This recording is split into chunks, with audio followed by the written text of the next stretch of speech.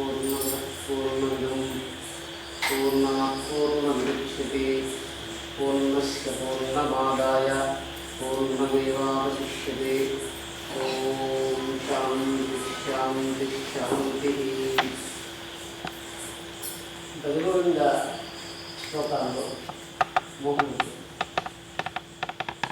శంకర భగవత్పాదులు యోగరతో వా భోగరతో వా సంగరతో వా సంగ విహీన యస్య బ్రహ్మణి రమతే చిత్తం నందతి నందతి నందతి. అంటే ఇదే శంకర భగవత్పాదులు ఇదే పురాణంలో చిత్తస్య శుద్ధయే కర్మ నతు వస్తూపలబ్ధయే వస్తు సిద్ధిర్విచారేణ నకించిత్ కర్మకూడిభిః. సామాన్యంగా మనకు తెలిసినటువంటి శాస్త్ర విషయాల నుంచి మనం గమనిస్తే ప్రతిసారి శంకర భగవత్పాదులు కానివ్వండి, వ్యాసుడు కానివ్వండి, ఎవరు కానివ్వండి మనకున్నటువంటి ఉపకరణాదులని ఉపయోగించడంలో ఉన్న నైపుణ్యం గురించే మాట్లాడుతున్నారు. ఉపకరణాదులు అంటే 14.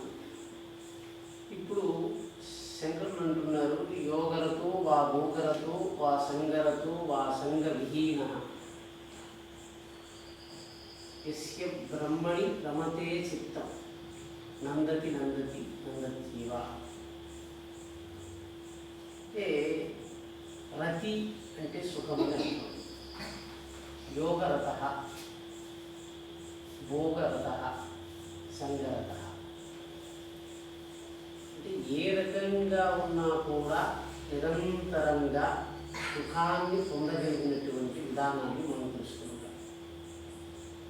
ఎంతవరకు ఏ ఉపకరణం కానివ్వండి మనకు సుఖానికి హేతువుగా పరిణమించి ఉందో అంతవరకు ఆ యొక్క ఉపకరణం మనకు అమృతతుల్యంగా కనిపిస్తుంది. ఏ ఉపకరణం అయితే మనకు ప్రయోజనకారిగా లేకుండా కేవలం భారంగా, అంటే ఈ కళ్ళు కనిపించడం లేదు, చెవులు వినిపించడం లేదు అన్నట్లుగా ఉన్న ఉపకరణాలు ఏమిటి? భారం. వాటి వల్ల ప్రయోజనం లేదు. ప్రయోజనం లేకుండా ఇంద్రియాలని మోస్తూ ఉండటానికి సహించినటువంటి వాడు మృత్యువుని పొందుతున్నాడు.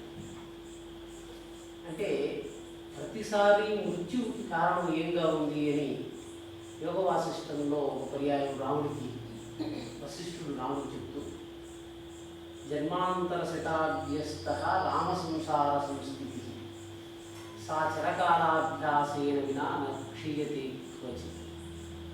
అంటే జన్మాంతర శతాభ్యస్త మామూలుగా ఈ యొక్క 14 ఉపకరణాలనే ఆత్మ అంటే చైతన్య శక్తి నాది అని పట్టుకోవడానికి జన్మ అని పేరు. జన్మ అంటే ఏంటి అంటే మనస్సు, బుద్ధి, అహంకారము, చిత్తము అనేటువంటి 4 అంతఃకరణ వస్తువులు కలిసి స్థూల శరీరాన్ని నిర్మాణం చేసి ఆ స్థూల శరీరానికి ఈ సూక్ష్మ శరీరానికి సంబంధాన్ని కల్పించి ఇది ఉంది అని చెప్పడానికి జన్మ. జన్మాంతర శతాభ్యస్త అంటే మళ్ళీ న్యాయశాస్త్రంలో శరీరము ఉన్నటువంటి వాడికే మనస్సు ఉన్నదా, మనస్సు ఉన్నటువంటి వాడికే శరీరం ఉన్నదా అని ప్రశ్న. ఇప్పుడు మనకు శరీరం ఉంది కదా, మనందరం ఏమనుకుంటున్నామంటే ఈ శరీరం ఉంటేనే మనస్సు ఉంటుంది, ఈ శరీరం లేకపోతే మనస్సు లేదు అన్నట్లయితే దీనికి ఎట్ట తెలుస్తుంది? శరీరం ఉంటేనే మనస్సు ఉందా, మనస్సు ఉండటం వల్ల శరీరం ఉందా అని మనకు ఎట్ట తెలుస్తుంది? అంటే శరీర నిర్మాణానికి పూర్వమే మనస్సు ఉంది. అది నేను మళ్ళీ ఇంకో పర్యాయం కలిసినప్పుడు చెప్తాను. అంటే మనస్సు అంతఃకరణములే శరీరాన్ని నిర్మాణం చేస్తుంది. ఈ నిర్మాణం చేయడానికి ఏమిటి? పంచేంద్రియముల యొక్క సముదాయాన్ని తీసుకుని వచ్చి వాటినంతా ఒక చోటకు చేర్చడానికి తీవ్రమైనటువంటి ఇచ్ఛతో కూడుకున్నటువంటి మనస్సు ఇంద్రియ నిర్మాణం చేస్తుంది. అంటే ఈ ఇల్లుని కట్టేటువంటి యజమాని ముందర ఉండగానే కదా ఇల్లుని కడుతున్నాము. కాబట్టి మనస్సు స్థిరంగా నిర్మాణం ఉంది. అట్లయితే శరీరం ఎందుకు అవసరమైంది అంటే శరీరం నుంచి ఉన్న అనుభవాలతో మనస్సు నిర్మాణం అవుతుంది అని అనుకుంటే ఒక్క పర్యాయం మనస్సు నిర్మాణం అయ్యిందంటే ఇంకా శరీరం సహాయం నాకు అవసరం లేదు. అంటే మనస్సులో ఉన్నటువంటి విషయాలను మార్చడానికి, మనస్సును మళ్ళీ మళ్ళీ పరికల్పించడానికి శరీరం యొక్క సహాయం అవసరం అవుతుంది. కానీ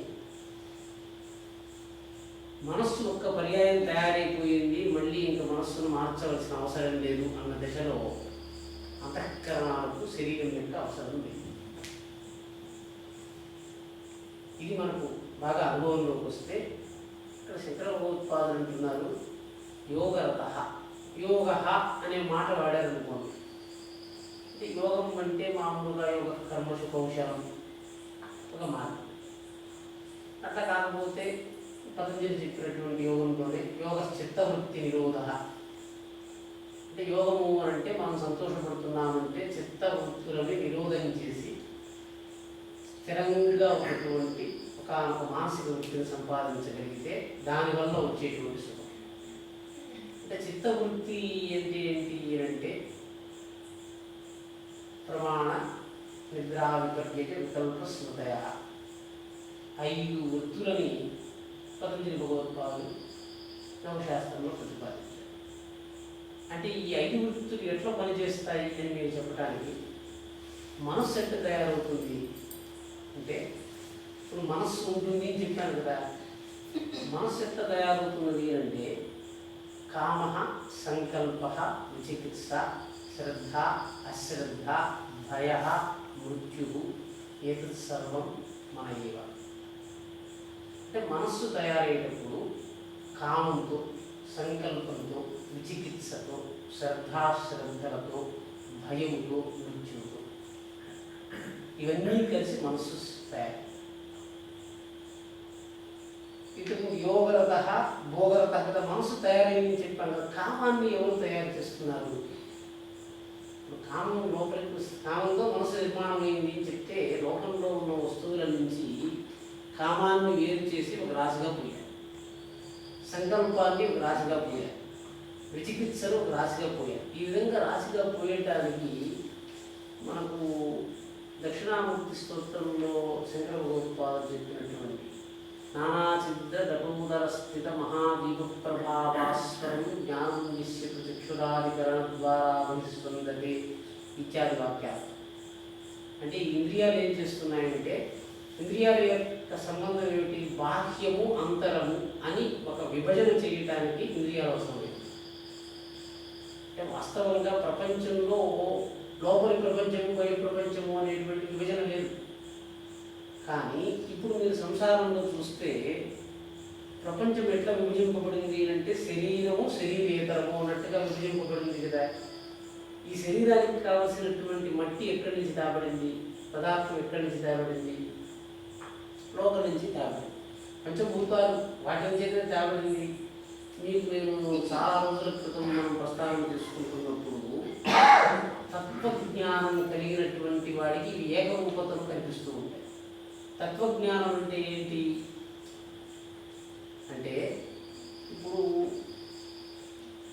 దీన్ని చూశారండి, ఈ యొక్క వస్తువుని ఒక ఆసనాన్ని చూశారు. ఇది ఏమిటి అంటే మీరేం చెప్తున్నారు? ఆసనము అనే చెప్తున్నారు. అంటే ఎవరికైతే ఇది ఆసనము అని కనిపిస్తూ ఉందో వాడికి తత్వజ్ఞానం లేదు అని శంకర భగవత్పాదులు చెప్తున్నారు. ఎట్లా కనిపించాలి అనుకున్నాము? ఇది ఒక కొయ్య. కొయ్య అని ఎవరికి కనిపిస్తుంది? కంసాలు వాడికి కనిపిస్తుంది. బంగారము అని ఎవరికి కనిపిస్తుంది? కమ్మరికి కనిపిస్తుంది. ఆభరణాలు తయారు చేసేటువంటి కమ్మరికి ఇది ఆభరణము అని కనిపించదు, ఆయనకి ఇది బంగారము అని కనిపిస్తుంది. ఎందుకని ఆయన ఆభరణాలుగా ఉన్న శక్తిని దానికి ఇస్తున్నాడు. అంటే సంసారంలో ఉన్న వాటిలో పరమాత్ముడి యొక్క క్రియను చూడకుండా కేవలం జీవుడు చేస్తున్నటువంటి క్రియలు చూస్తున్నటువంటి వారికి పరమాత్ముడి యొక్క ఉనికి తెలియబడదు. పరమాత్ముడు చేస్తున్న క్రియలు ఏవి అంటే, పరమాత్ముడు చేసిన మట్టి కనిపించకుండా కుమ్మరివాడు చేసిన కుండను చూసి కుండ అని చెప్పటము అని మనం ఒకసారి అనుకున్నాం. కుండను చూస్తూనే ఇది ఏందండి అని అడిగాం అనుకోండి, ఎవరినైనా కుండ అని చెప్తున్నారు. చూస్తున్న చెప్తున్నాం, మనం అట్లే చెప్తున్నాం. వాస్తవంగా మన బోధకి ఇది కుండ కాదు, ఇది మట్టి. ఈ మట్టి నుంచి కుమ్మరివాడు దాన్ని కుండగా చేశాడు. అంటే ఈ మట్టి భగవంతుడి యొక్క కార్యమని, కుండ కుమ్మరివాడి యొక్క కార్యం అనుకుంటే జీవోపాధుల చేత నిర్మాణం చేయబడినవే మనకు కనిపిస్తున్నాయి. చూడండి ఈ ప్రపంచంలో. అంటే మనుష్యుడు, జీవుడు ఏదో నిర్మాణం చేసింది. ఇది ఏమిటి అని అంటే మనుష్యుడు చేసిందే కనిపిస్తున్నది. దాన్ని పరమాత్ముడు చేసినటువంటిది కనిపించడం లేదు. చూడండి మనకు.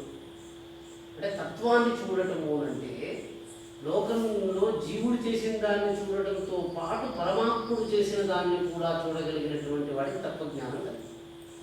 ఇప్పుడు ఈ యోగము యోగరతో వా భోగరతో వా సంగరతో వా సంగ విహీన యస్య బ్రహ్మణి రమదే చిత్తం నందతి అంటే వాడికి ఆనందం, వేదాంత రూపమైనటువంటి ముక్తి దొరుకుతుంది. ఎట్లా దొరుకుతుంది అంటే యోగము అంటే అంతఃకరణ ద్రవ్యాన్ని నిర్మాణం చేసి ఇది మనస్సు, ఇది బుద్ధి, ఇది అహంకారము, ఇది చిత్తము అని 4 విభాగాలు ఉన్నాయి. వాడికి తెలిసింది. ఈ 4ంటిని ఎవరు విభజించారు? పరమాత్ముడు చేయలేదండి, జీవుడే చేసుకున్నాడు ఈ 4ంటిని. ఈ 4ంటిని చేసుకుని వీటి వల్ల ఇప్పుడు నేను చూస్తున్నవన్నీ నా మనసుకు వెళుతుందా అండి? ప్రమాణం అంటే ఏమిటి? స్మృతి. ఒక వృత్తి తీసుకోండి, స్మృతి. ఎందుకంటే ఈ శరీరం నడుస్తుంది అంటే స్మృతి వృత్తితో నడుస్తుంది. స్మృతి వృత్తితో నడిచింది అంటే ఇప్పుడు నాకు చాలా జ్ఞానం ఉంది, నేను అనుకున్నాను అనుకోండి. ఏ స్మృతులు ఉన్నాయి నాకు చెప్పండి? స్మృతులు ఎన్ని? చాలా విషయాలు తెలుసు కదా మనకు, స్మృతులు చాలా తెలుసు. స్మృతి అంటే పతంజలి భగవత్పాదులు చెప్పిన నిర్వచనం ఏంటంటే అనుభూత పూర్వ సంప్రమోష వృత్తి స్మృతి. అంటే ఇంద్రియముల చేత తాబడిన విషయముల యొక్క, ఇంద్రియములు తెచ్చి ఇచ్చినటువంటి విషయాన్ని మళ్ళీ ఏమాత్రము మార్చకుండా యథాతథంగా ఉద్బోధ చేయగలిగినటువంటి దానికి స్మృతి అని పేరు. ఇక్కడ వృత్తి అనే ఒక మాట ఉంది కదా. వృత్తి అంటే ఏంటి అంటే, వృత్తి అంటే శబ్దార్థ సంబంధం వృత్తి. అంటే మీకు శబ్దార్థ సంబంధములు అంటే మీకు తెలిసిందంతా మనకి చెప్పాలనుకోండి. దాన్ని ఎట్లా చెప్తారు? శబ్దంతో కదా చెప్తున్నారు. అంటే మనస్సులో ఉన్నదాన్ని మనస్సుగా చెప్పటం లేదు మీరు, మనస్సుని శబ్దంగా మార్చి మీరు చెప్తున్నారు. అంటే ఒక వృత్తి అని శాస్త్రంలో ఎక్కడన్నా చెప్తే ఒక రూపంలో ఉన్నది ఇంకొక రూపంగా చెందటానికి ఉపకరించేటువంటి ఒక ప్రయోజన వ్యవహారం వృత్తి. అంతఃకరణ పరిణామం వృత్తికి, వేదాంతాన్ని బట్టి అంతఃకరణ పరిణామం వృత్తి. ఎందుకంటే ఇప్పుడు యోగం చేస్తూ నేను ఆనందంగా ఉన్నాను నేను చెప్పాలంటే ప్రమాణం చేయాలి. ఇప్పుడు మీరు చెప్పండి, చూసిన వాటిని వేటిని మీ స్మృతిలోకి తీసుకుంటున్నారు? చూశారు కదా, అన్నీ చూశారు కదా, ఇవన్నీ కనిపిస్తున్నాయి, మీకు స్మృతిలోకి వెళ్ళిపోతున్నాయా? స్మృతిగా వెళ్ళటంలే. అంటే నేను చూసిందన్నీ స్మృతి కాదు, విన్నవన్నీ స్మృతి కాదు, తిన్నవన్నీ స్మృతి కాదు. శబ్దస్పర్శ రూప రసగంధాలలో ఏవి స్మృతి రూపాన్ని పొందటానికి అర్హమైనది చెప్పండి? ఇది ఎవరికి తెలియదో వాడికి మనస్సు యొక్క ఒక రూపం సిద్ధించదు. జాగ్రత్తగా స్మృతిగా ఏది అవుతుంది, నా వశంలో స్మృతిగా ఏర్పడిందా లేకపోతే ఎవరో చెప్పటం వల్ల నా స్మృతి ఏర్పడిందా?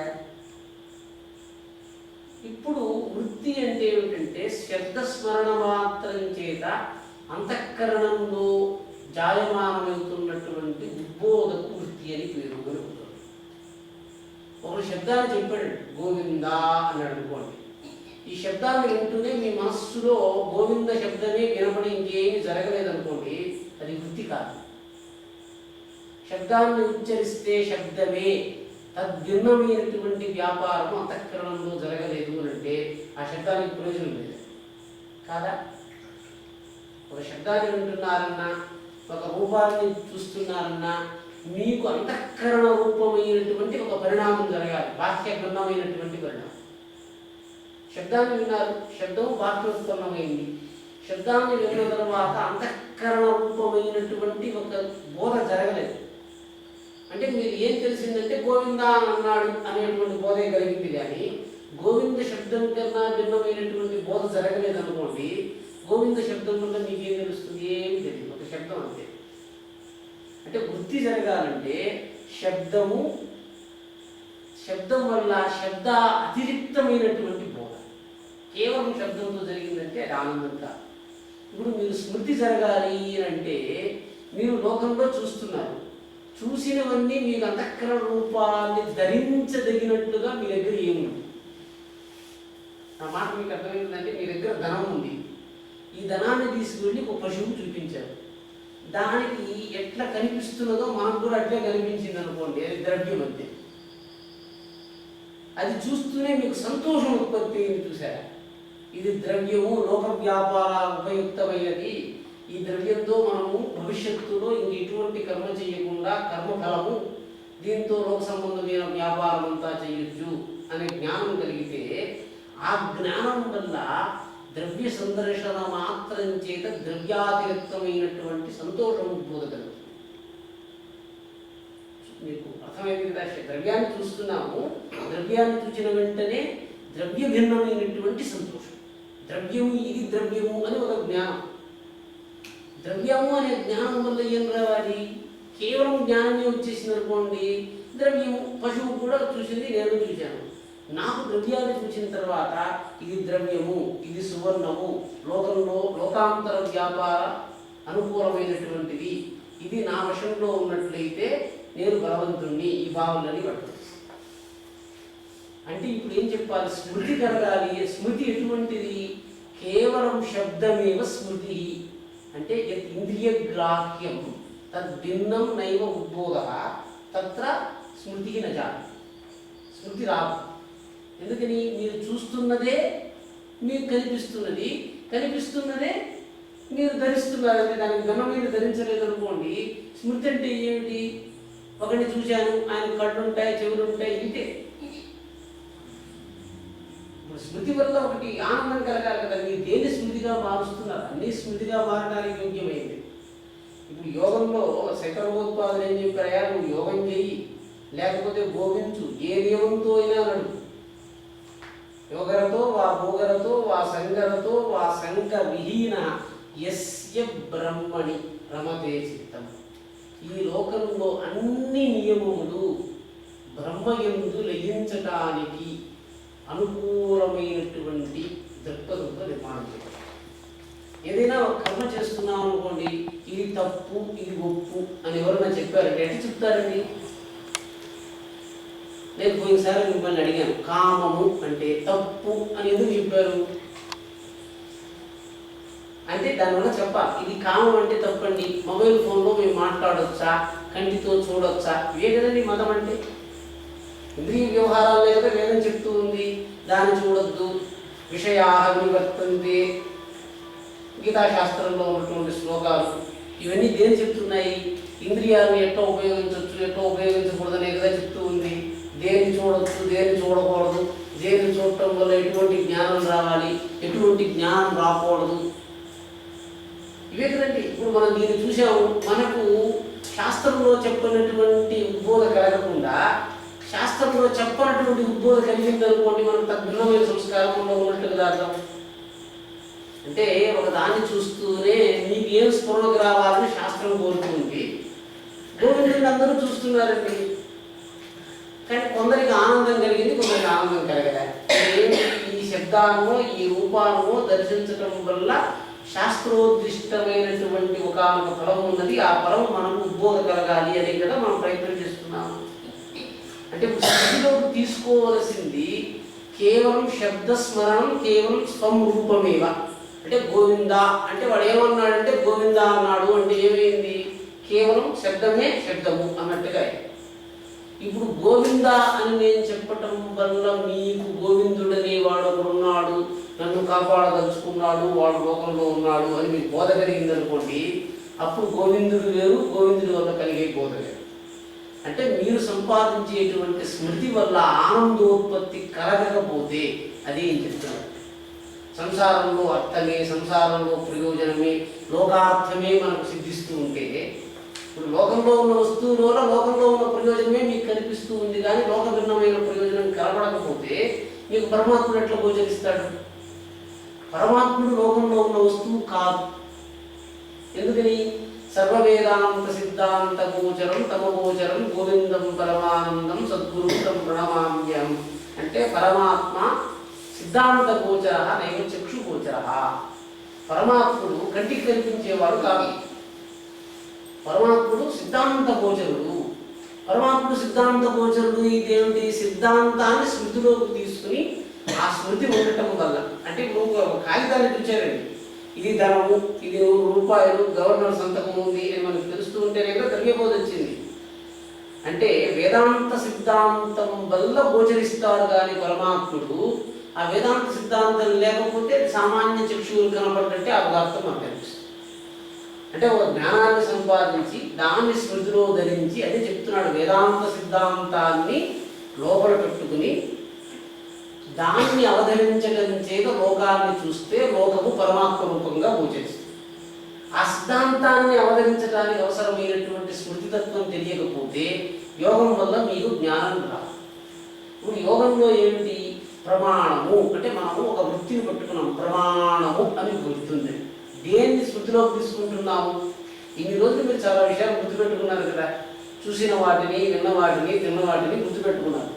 మీరు గుర్తుపెట్టుకున్న వాటి వల్ల వేటి వల్ల సుఖం వస్తుంది, వేటి వల్ల దుఃఖం వస్తుంది మీకే తెలిసిపోతుందా?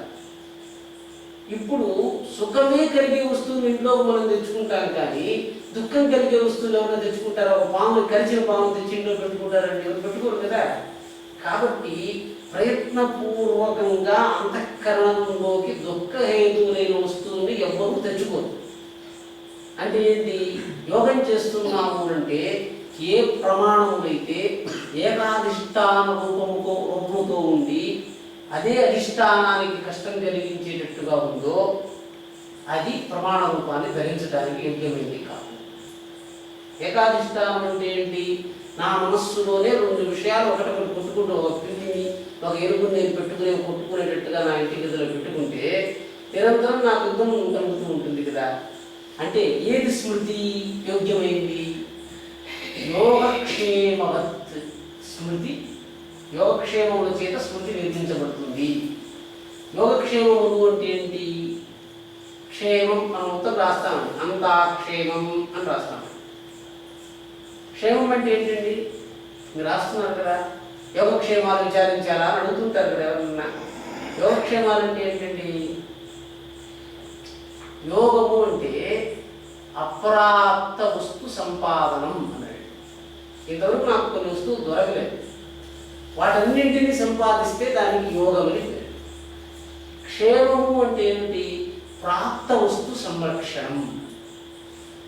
అంటే ప్రాప్త వస్తువుని రక్షిస్తే క్షేమమని, అప్రాప్త వస్తువుని సంపాదిస్తే యోగమని అనుకుంటే స్మృతి ఎట్లుండాలి? ఇంతకు పూర్వము స్మృతిగతమైనటువంటి విషయానికి విరుద్ధమైనటువంటి విషయం స్మృతిలోకి వెళ్ళకూడదు. ఇప్పటికే నా ఇంట్లో ఒకటి ఉన్నది, దానికి భిన్నమైనటువంటి విషయం స్మృతిలోకి వెళ్ళిందంటే స్మృతిని అది నాశనం చేసేస్తుంది. నేను ఇంట్లో ఒక పిల్లిని తెచ్చిపెట్టుకుంటే దాన్ని చంపేసేటువంటి ఇంకొక జీవిని తెచ్చుకుంటే ఏం చేస్తుంది? చంపేస్తుంది కదా. అంటే ఇప్పటికే నాకు చేరినటువంటి విషయానికి, నా అంతఃకరణంలో ఉన్న విషయానికి విరుద్ధమైనటువంటి విషయము అంతఃకరణంలో ప్రవేశించటానికి లేదు. అదే స్మృతిని విరోధిస్తుంది. అందువల్లే యోగ వాసిష్ఠంలో వశిష్ఠుడు రాముడు చెప్తున్నాడు, దృఢ భావనయా. అంటే ఎట్టున్నావు అంటే ఒక పదార్థం ఉందండి, యదాదానం, అది చెప్తున్నాడు. యదాదానం పదార్థస్య అంటే త్యక్త పూర్వాపర విచారణం యదాదానం పదార్థస్య వాసన అని యోగ వాసిష్ఠంలో వాసన చెప్తున్నాడు. దృఢభావనయా యదాదానం పదార్థస్య అంటే దృఢభావన చేత ఒకే భావాన్ని పట్టుకుని త్యక్త పూర్వాపర విచారణం. ఒక పదాన్ని చెప్తే నీకు రెండో అర్థం స్ఫురించకుండా ఒకే అర్థాన్ని స్ఫురింపజేసి వేరే అర్థాన్ని పట్టుకోనివ్వకుండా చేసేటువంటి వాసన అనే ఒక దోషం ఉంది. అంటే ఏమిటి? ఉదాహరణకి నేను విద్యాపీఠంలో కంప్యూటర్ పాఠం చెప్తున్నాను. సాహిత్యం చదువుకున్న పిల్లలు అక్కడ ఉన్నారు. నేను మామూలుగా వాళ్ళని అడిగాను, వృత్తము అంటే ఏమిరా నాయనా అని. అంటే వాళ్ళు వృత్తం అంటే సర్కిల్ సార్, వృత్తము సర్కిల్ అంటే నువ్వేం చదువుకున్నావు? వ్యాకరణం అన్నాడు. సాహిత్య వాడిని అడిగాను, వృత్తము అంటే ఉత్తరత్నాకరంలో వృత్తం సార్ అన్నాడు. ఉత్తరత్నాకరంలో వృత్తం ఏమి? ఉత్తరమాల, చెంపలమాల అని వృత్తాలు కదా. ఈ చెంపకమాల వృత్తం గుర్తుకొచ్చింది. అంటే సాహిత్యం చదువుకున్న వాడికి వృత్తమని ప్రశ్నిస్తే చెంపకమాల వృత్తమా లేకపోతే శార్దూలమా ఏదో వృత్తం జ్ఞాపకం వస్తుంది కదా. అదే రకంగా వృత్తము అనే దాన్ని గణితాన్ని చదువుకున్న వాడికి గణిత సంబంధమైన విషయం జ్ఞాపకం వచ్చింది కదా. అంటే ఒక శబ్దాన్ని వినిపిస్తే వాడికి దృఢభావనయ త్యక్తపూర్వాపర విచారణం యదాదానం పదార్థస్య సావాసన ఇది పరికీర్యతే అని యోగవాసిష్ఠంలో వాసన గురించి చెప్పారు.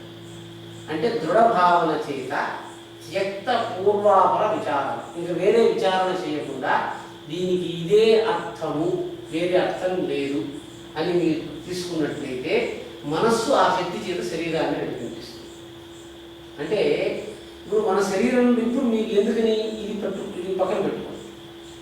మనం పోయినసారి మాట్లాడుకున్నప్పుడు ఒక శ్లోకం అనుకున్నాం భగవద్గీత, అగ్నిశ్చ అశ్రద్ధదారశ్చ సంశయాత్మా వినశ్యతి, అగ్నిశ్చ అశ్రద్ధధారశ్చ సంశయాత్మా వినశ్యతి. అంటే నాశనం ఎట్లయిపోతున్నాడు మనుషుడు అని అడిగితే సంశయం కలిగితే మనుషుడు నశించిపోతున్నాడు కదా. సంశయం అంటే ఏంటండి? మామూలుగా మనం ఎక్కడికైనా వెళితే నాకు డౌట్ వచ్చింది అని చెప్తున్నాడు. నాకు డౌట్ వచ్చింది అని చెప్తున్నాడు. డౌట్ వచ్చిందంటే ఎవరో మన ఇంటికి వచ్చారన్నట్టుగా మనం చెప్తున్నామండి. డౌట్ ఎందుకు వచ్చిందండి అని అడిగారు అనుకోండి, అంటే డౌట్ యొక్క ఫార్మ్ ఉన్నా చెప్పాలి కదా. డౌట్ వచ్చినట్టు మీకంటే తెలుసు. ఇప్పుడు మనం చెప్తున్నాం కదా, నాకు జ్వరం వచ్చింది అని అనుకోండి, ఎట్ట తెలిసింది జ్వరం వచ్చిందని? చేత్తో పట్టుకుంటే ఉష్ణం ఉంది, నాకు బాధ కలుగుతుంది, పీడ కలిగింది, తెలుస్తుంది కదా. సందేహం వచ్చింది, సంశయం వచ్చింది అని మీకంటే తెలుస్తున్నది. ఐ హావ్ డౌట్ అన్నాడు అనుకోండి, ఏ విధంగా తెలుస్తున్నది? ఏ ఇంద్రియానికి తెలుస్తున్నది సందేహం వచ్చినట్టు?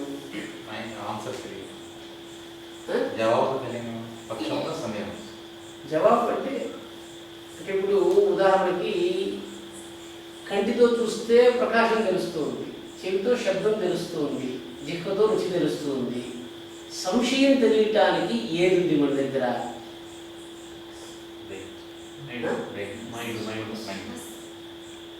మనస్సు. అంటే ఎట్లా అది మనస్సు ఉంది. మనస్సు ఉంది అని అంటే చాలా పనులు చేస్తుంది కదా. ఇప్పుడు నేను కంటితో చూస్తే వెలుగు అని నేను చెప్పేస్తున్నాను, చెవితో వింటే శబ్దము, చేతితో తాకితే స్పర్శ. అట్లయితే మైండ్తో వస్తే అది సంశయం అని చెప్పేస్తామా? ఎందుకంటే కామము, సంకల్పము, విచికిత్స, మనసుకి కామం కూడా మనసుకే వస్తుంది కదా. కాబట్టి సంశయం తెలుసుకోవడానికి ఏమి ఉండాలి? సంశయం ఉంది అని అంటే మీకు ఒక విషయం తెలియాలి. వస్తుస్వరూపార్థ అనవధారణాత్మక జ్ఞానం సంశయం. వస్తుస్వరూపార్థ అనవధారణాత్మక జ్ఞానం అంటే ఒక వస్తువుల గురించి మీరు శ్రవణము, దర్శనము, పఠనము చేసినప్పుడు ఆ వస్తు స్వరూపాన్ని మిమ్మల్ని పూర్తిగా తెలుసుకోనివ్వకుండా మీలో ఒక జ్ఞానం ఉంటుందండి. ఆ జ్ఞానం ఉన్నట్టు మీకు తెలిస్తేనే అది సంశయం. అంటే ఏమిటి సంశయం? వస్తు స్వరూపాన్ని పూర్తిగా తెలుసుకోనివ్వకుండా అని చెప్పారు కదండి. పూర్తి అంటే ఏంటి? పూర్ణం అంటే ఏంటి? వస్తువు అంటే ఏంటండి? వస్తువు అని చెప్తున్నాం కదా. ఇంద్రియ గోచరమైంది వస్తువు కదా. ఇంద్రియ ఇంద్రియ గోచరమైనటువంటి వస్తువులో ఏ ఇంద్రియానికి వస్తువు గోచరించలేదో ఆ ఇంద్రియం వల్ల చెప్పవలసిన విషయాన్ని మీరు చెప్పలేదు. వస్తుస్వరూప అర్థ అనవధారణాత్మకం. వస్తుస్వరూపం ఉంది, దాని యొక్క అర్థాన్ని మీరు తెలుసుకొని, ఇప్పుడు వేదం చదువుతున్నారు, మీరు అందరూ పండితులు గొప్పవాళ్ళు చదువుకుని దాని మీద ప్రశ్నలు చేసి ఉంటారు. ఎంత చదివినా దాని అర్థం మనం డిక్షనరీ పెట్టుకున్నా కూడా మనకు తెలియటం లేదు. ఏమిటి? అప్పుడు మనకు వస్తుస్వరూప అర్థాన్ని గ్రహించనివ్వకుండా మనకు అడ్డుకొట్టేది ఏది? అది ఒక జ్ఞానం అండి. ఆ జ్ఞానం పేరు సంశయం. అంటే ఆ జ్ఞానం ఉన్నట్లు మీకు తెలిస్తే కానీ సందేహం కలిగినట్టు కూడా మీకు తెలియదు. ఇప్పుడు ఎందుకు ఇది చెప్తున్నామంటే, ఎక్కడ సంశయం ఉందో అక్కడ జ్ఞానసిద్ధి స్మృతి సిద్ధి ఉండదు. ఎక్కడ జ్ఞానసిద్ధి లేదో, ఎక్కడ స్మృతి లేదో అక్కడికి శరీరంతో వాడికి సంబంధం ఉండదు, క్రియాకలాపం ఉండదు, మృత్యు ఉంటుంది, నశించుకుంటారు, జ్ఞానం ఉండదు. అందువల్ల ఏమైంది? సంశయం కలిగినటువంటి చోట అసలు శరీర క్రియ ఉండదు. మీరు శరీర వాహనాన్ని నడపగలరు అన్నారు అనుకోండి, నడిపేది చూచారు, చేతితో అక్కడ సంశయం వచ్చింది. అంటే మీ దగ్గర ఉన్నటువంటి 14 ఉపకరణాలకు సంబంధించి ప్రతి వస్తువుకి సంబంధించినటువంటి విషయము మీ దగ్గర సంపాదించినట్లు మీకు బోధ లేకపోతే సంశయోత్పన్నం అయిపోతుంది. మీకు అర్థమైన 14 అంటే ఇప్పుడు ఏమిటి? నేను ఆయన చూడలేదండి, విన్నానంతే. అంటే పూర్తి జ్ఞానం లేదు కదా. ఒక వస్తువుకు సంబంధించి ఇంద్రియాలతో రండి, మళ్ళీ మీరు చెప్తా. ప్రమాణ గోచరమైంది ఒకటి ఉంది, అన్ని ప్రమాణాలతో గోచరించేటువంటి జ్ఞానము. ఇప్పుడు ఇన్ని విషయాలు ఉండాలి, ఇది మంచిది చెప్పాలంటే ఇన్ని విషయాలు ఉన్నాయని ఆగమం చెప్పేసింది. ప్రమాణముల చేత చూసినప్పుడు ఒక్క ప్రమాణానికి అది గోచరించదు, అప్పుడు కూడా అది సంశయం. ఇప్పుడు ఇత్తడి బంగారం పెట్టారండి, ఇది ఇత్తడినా బంగారం అని చెప్తారు? రెండు సువర్ణంగానే ఉన్నాయి, బాగా మెరుస్తూ ఉంది. ఏ పరీక్షతో ఇత్తడి ఇది ఇత్తడిని ఇది బంగారం చెప్తారండి? మనం చెప్పలేమంటే ఒక కొమ్మరు కమ్మరు వాడు చెప్పాలి. అంటే దృశ్య పరీక్ష చేత చెప్పలేము ఇది సువర్ణమా లేకపోతే ఏదో రజతమో ఏదో పదార్థాల్లో ఇది బంగారంగా ఉన్నట్టుగా లేదు అని మనం చెప్పాలి అంటే దానికి ఒక జ్ఞానం కావాలి కదా. ఆ జ్ఞానం మీకు అడ్డుకుందండి. రెండు ఒకటిగానే ఉంది, రెండు వేరు వేరు అని చెప్తున్నారు, ఎట్ట చెప్తున్నారండి? అదే కదా సంశయం. అంటే వస్తుస్వరూప అర్థ అనవధారణాత్మకం. ఇవి రెండు గోచరించడానికి ఒకటిగానే ఉన్నాయి కానీ వేరు వేరు.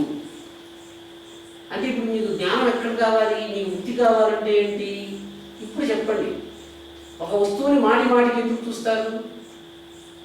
మృత్యు వచ్చినప్పుడు, నేను చాలా రోజుల క్రితం నేను మీకు చెప్పానండి, మృత్యు వచ్చినప్పుడు పరీక్షిత్తుకి ఎందుకు దుఃఖం వచ్చింది?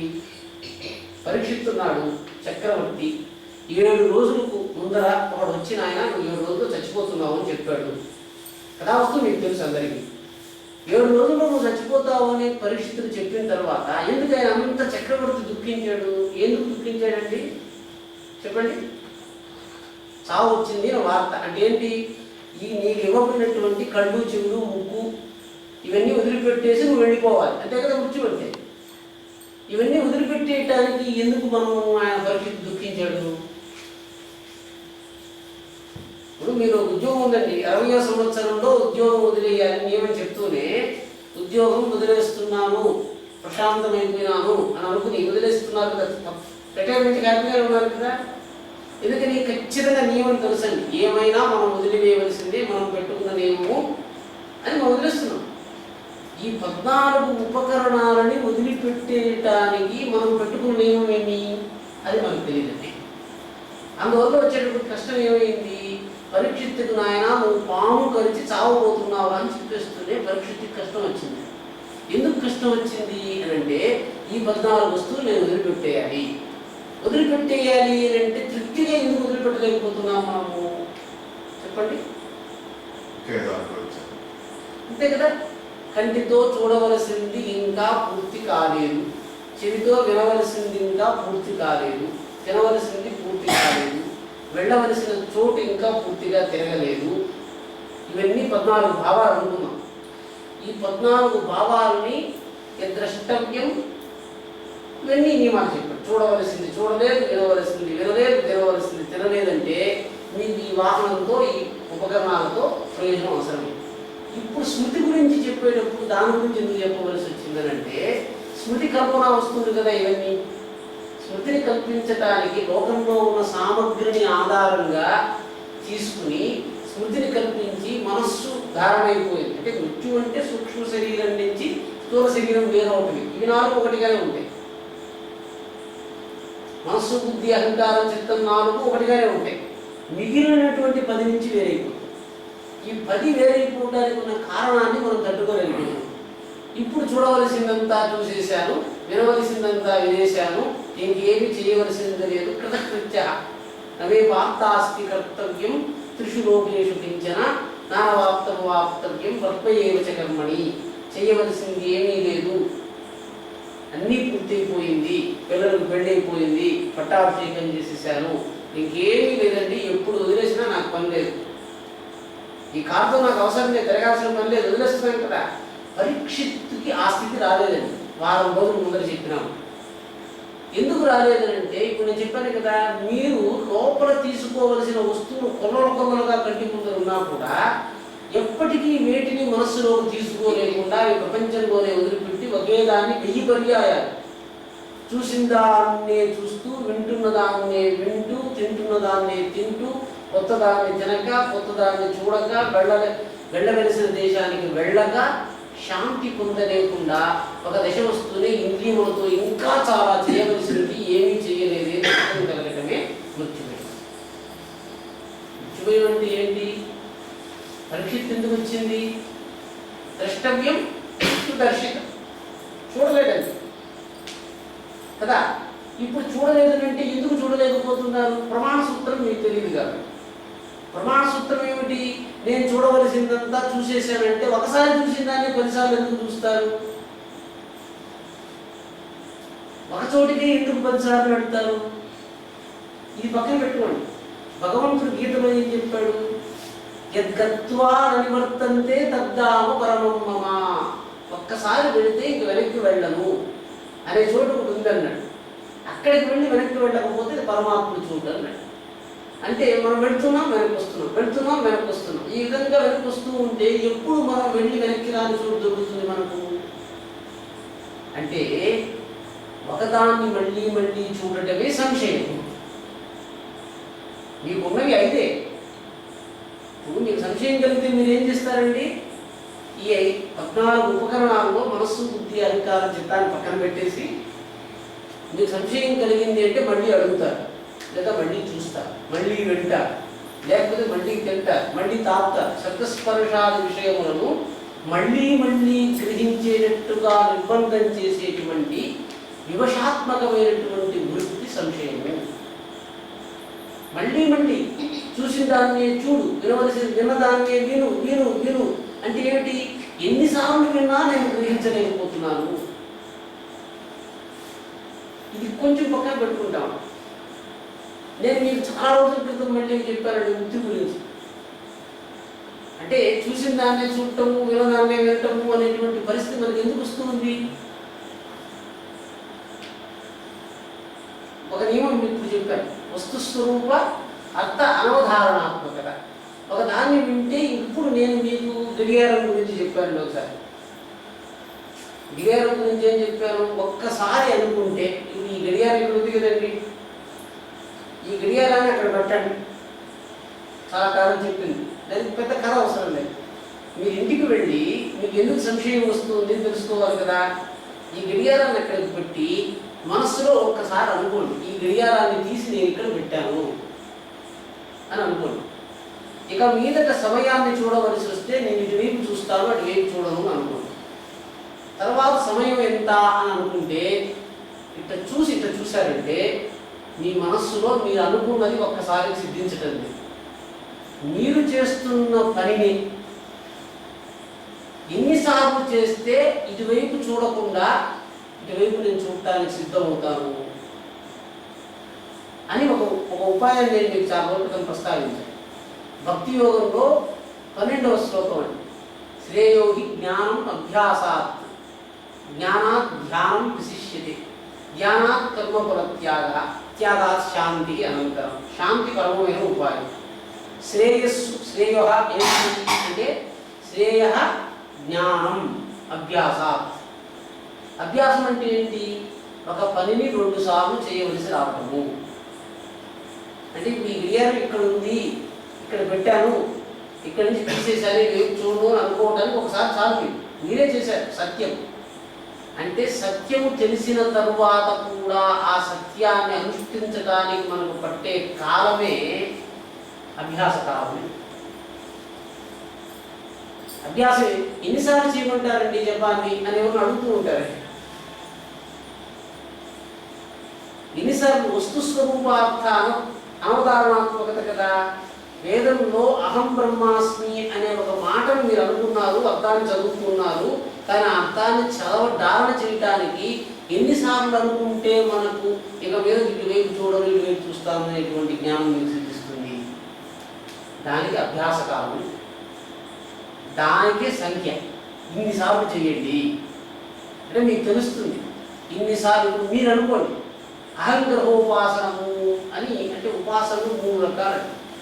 అహంగ్రహోపాసనం అని ఒక ఉపాసన, ఆలంబనోపాసనం అని ఒక ఉపాసన. అంటే బాహ్య వృత్తులను పెట్టి గణపతి గణపతి గణపతి అని ఒక రాయిని పెట్టి మనం చెప్తున్నాం కదా, అది ఒక ఉపాసన. రాయిని పెట్టి ఈయన గణపతి ఈయన గణపతి అని చెప్తున్నారు, అది ఉపాసన. అహంగ్రహోపాసనము అంటే మీరు చెప్పండి, మీ పేరేంటండి? గోవిందయ్య అనుకున్నారు అనుకోండి. ఆశ్రమంలో జరుగుతూనే గురువు గారు నువ్వు శిష్యుడివి, నువ్వు యోగ్యుడివి, ఈ రోజు నుంచి నీ గోవిందయ్య అనే పేరు తీసేసి మహేశ్వరానంద అని పెడుతున్నాను అని చెప్పాడు అనుకోండి. ఆయన పోతూ ఉన్నాడు. మహేశ్వరానంద అంటే ఆయన పోతూనే ఉన్నాడు. అంటే ఈ రోజుకి నువ్వు గోవిందయ్యవి కాదు, నువ్వు మహేశ్వరానందని అని చెప్పిన తర్వాత నేను గోవిందయ్యను కాను మహేశ్వరానందను అని అనుకోవటానికి పట్టే కాదు. తర్వాత గోవిందయ్య అంటే ఇప్పుడు జ్ఞానం ఏమిటి? గోవిందయ్యను కాను అంటే అనుకోవటం కాదండి. ఎవరన్నా పిలిస్తే వేరే వాడిని పిలిచినప్పుడు మీరు ఎట్లా కదలకుండా మనోవికారాలు లేకుండా ఉండగలదో ఆ రకంగా మీ యొక్క అంతఃకరణాన్ని నిర్మాణం చేయగలిగే శక్తి ఉంటేనే దేవతా నిర్మాణ శక్తి మీకు వస్తుంది. నేను గోవిందుణ్ణి కాదు అని మీరు అనుకునేసారు కూడా లోకంలో కష్టమే ఉంది ఇంకా. ఎందుకని మీకు మళ్ళీ చాలా రోజులు ఉంటుందని చెప్తాను. ఒక నామాన్ని మీద ఆరోపించే కదా కష్టమంతా మీకు ఇవ్వబడుతుంది లోకంలో. చంద్రశేఖర రాక్షసుడు, చంద్రశేఖర క్రూరుడు, దుర్మార్గుడు, జారుడు, దుష్టుడు, నిందావాక్యాలంతా నామం మీద ఆరోపించబడతాయి. ఎందుకని? వాక్యములకు సమానాధికరణము వాక్యమే కానీ జీవుడు కాదు కదా. ఒక వాక్యం చేస్తూ నన్ను నిందించాలంటే, దీన్ని కష్టపెట్టాలంటే ఏం చేస్తారండి?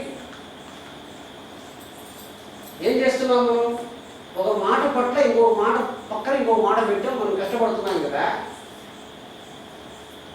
ఎవరైనా ఏమైనా ఎంత కష్టపెడుతున్నారండి? కలియుగంలో బాగా గుర్తుపెట్టుకోండి, కలియుగంలో శరీరాన్ని దండించి కష్టపెట్టే అధికారము ఏ మనుషుడికి లేదు. ప్రభు ఆ విధంగా చట్టం చేసినాడు చూసారా? ఎట్లా చట్టం మీకే తెలిసిపోతుంది. ప్రభు యొక్క చట్టం ఏమిటి? పశుపక్షాలను కూడా మీరు హింస చేయకూడదు. మనం పాటించకపోవడం కాలాంతరంలో వస్తాయి. పశుపక్షాదులని కూడా మీరు దండనీతి వాడటానికి లేదు. చూడండి, ప్రభు అంటే ఒక భగవంతుడే చట్టం చేసేది. ఇప్పుడు చట్టం ఎక్కడ కష్టం ఉంది? ఎవరిని కష్టపెడుతున్నా సుఖపెడుతున్నా వాక్యముల చేతనే జరగాలి. అంటే ఏమిటి? మీకు సుఖం వచ్చింది అంటే సుఖం 3 రకాలుగా ఉందండి. ఒకటి శబ్ద రూపంగా, ఒకటి భోజనం పెట్టి తృప్తిగా భోజనం పెట్టి వాడిని సంతోషపెట్టచ్చు. 2 వాక్యాన్ని పక్కన పెట్టడం వల్ల ఒకడు కష్టపడతాడు అని మీరు అనుకున్నారు చూసారా? ఇప్పుడు మీరు ఆ కష్టం తప్పించుకోవాలంటే అహంగ్రహోపాసన చేయాలి. నన్ను కష్టం పట్టుకోకూడదు అంటే ఈ నామం నేను కాదు. భగవంతుడు మీకు భాగవతంలో ఒక వృత్తాంతం వస్తుందండి. భగవంతుడు సరస్వతిని వివాహం చేసుకున్నాడు. భాగవతంలో ఉన్నటువంటి ఐతిహ్యాన్ని బట్టి సరస్వతి బ్రహ్మ యొక్క పుత్రిక. సరే, ఇవి చాలా విశేషాలు. సరస్వతి సరస్వతిని చూస్తూనే బ్రహ్మకు అనురక్తి కలిగింది.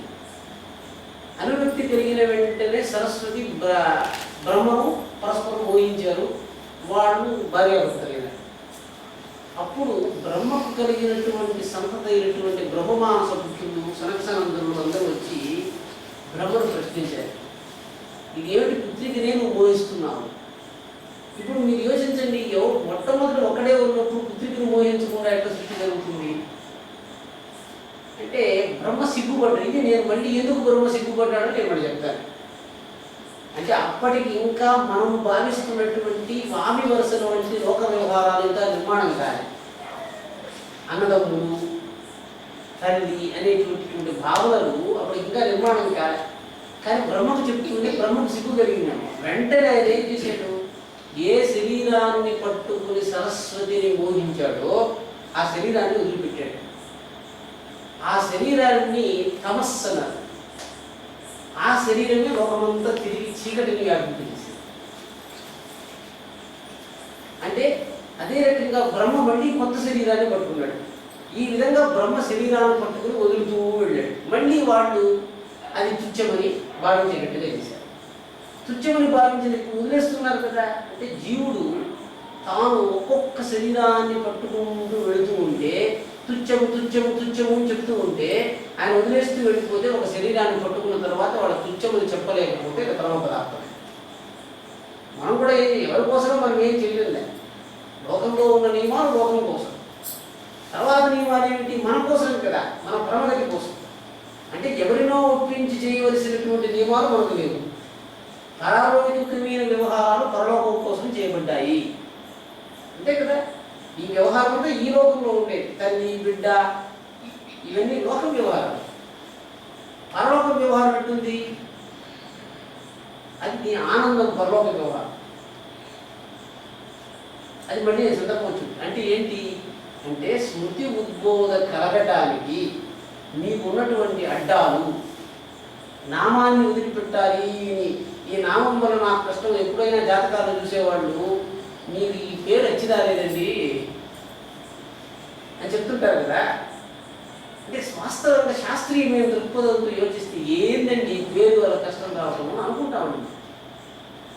ఎట్టొస్తుంది కష్టం చెప్పండి పేరు వల్ల? అంటే ఇప్పుడు లోకంలో కొన్ని నామాల పట్ల తీవ్రమైన అప్రతిష్ఠ ఉందండి. నేనే వెళుతూ ఉంటే అదో ఆయన చంద్రస్వామి వెళుతున్నారండి అన్నారు. నేను ప్రశాంతంగా ఉండొచ్చు కదా. చంద్రస్వామి అంటేనే ఒకసారి చూశాను. చంద్రస్వామి అంటే మనకి ఏం బోధకు వచ్చిందండి? మీకు వచ్చింది కదా. అంటే ఒక నామం యందు అప్పటికే లోకంలో ఒక దుష్ప్రతిష్ట ఆవహించింది. మీకు తెలియకుండా ఆ నామాన్ని పట్టుకున్నారు. ఇప్పుడు ఆ నామాన్ని వదిలిపెట్టకపోతే ఆ నామాన్ని విన్నప్పుడంతా మొట్టమొదటి వాడికి ఆ దుష్ప్రతిష్ట గుర్తొస్తుంది, తర్వాత మీరు గుర్తొస్తుంది కదా. అంటే లోకంలో శబ్దార్థ సంబంధ వ్యవహారంలో అప్పటికే ప్రతిష్ఠితమైనటువంటి స్మృతిని వేరు చేయటం కోసము నామత్యాగం చేయగలిగే శక్తి ఉండాలి. దీనికి అహంగ్రహోపాసన. మీరు అనుకున్న పేరు శబ్దాలు వదిలేసి నేను కాదు అనుకుంటే మీకు వెంటనే దుఃఖం పోతుంది కదా. అంటే స్మృతి జ్ఞానం ఏమిటి? ఇప్పుడు శబ్దార్థ సంబంధాలను కలిగించేటప్పుడు ఒక జ్ఞానం చూద్దాం, మిగిలిన మళ్ళీ చూద్దాం. శబ్దార్థ సంబంధములను కలిగించేటప్పుడు మనకు ముక్తి రావాలి అనే భావన అనుకుంటే, ఇప్పుడు పరీక్షిత్తుకు వచ్చే ముఖ్య ఏంటి? అయ్యా నాకు చూడవలసింది లేదు, వినవలసింది లేదంటే అన్నీ స్మృతి రూపంగా ధరింపబడి అన్నీ అయిపోయింది అని చెప్పాలి. ముక్తికి ఇది హేతు. అన్నీ చూసేశాను, అన్నీ వినేశాను, అన్నీ తినేశాను మన భావన, ఇంకేం చేయవలసింది లేదు, అయిపోయింది కృతకృత్య. ఇప్పుడు నీకు ముక్తి వచ్చింది. ఈ ముక్తికి అడ్డం ఏమిటి? సంశయం. సంశయం ఎందుకు వచ్చింది? స్మృతి సిద్ధి లేకపోవడం. స్మృతి సిద్ధి ఎందుకు రాలేదు?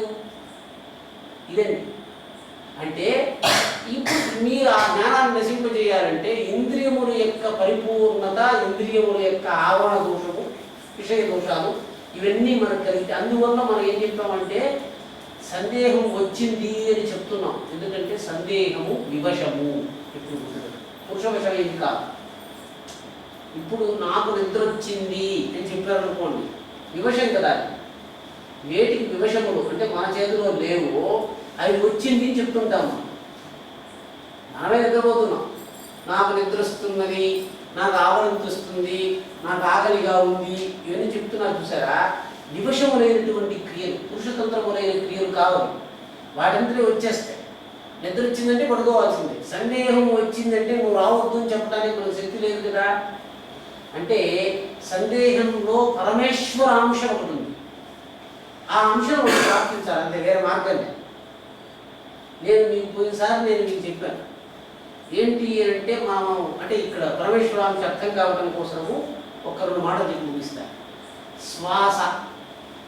శ్వాసలో మనమే నేను శ్వసిస్తున్నాను అని అంటున్నాం కదా. మనం నేను శ్వసిస్తున్నానంటే శ్వాస మీరు చేస్తున్నారా అని అడిగాను ఒకసారి. అంటే అవును అని అనుకుంటే ఏ శ్వాస మీరు చేస్తున్నారు? ఉచ్ఛ్వాస నిశ్వాస. ఉచ్ఛ్వాస చేస్తున్నారా నిశ్వాస చేస్తున్నారా చెప్పండి. నిశ్వాస మాత్రమే చేస్తున్నాం, ఉచ్ఛ్వాసం మనం చేయటం లేదు. ఎందుకని? వేదంలో ఏం చెప్పారు?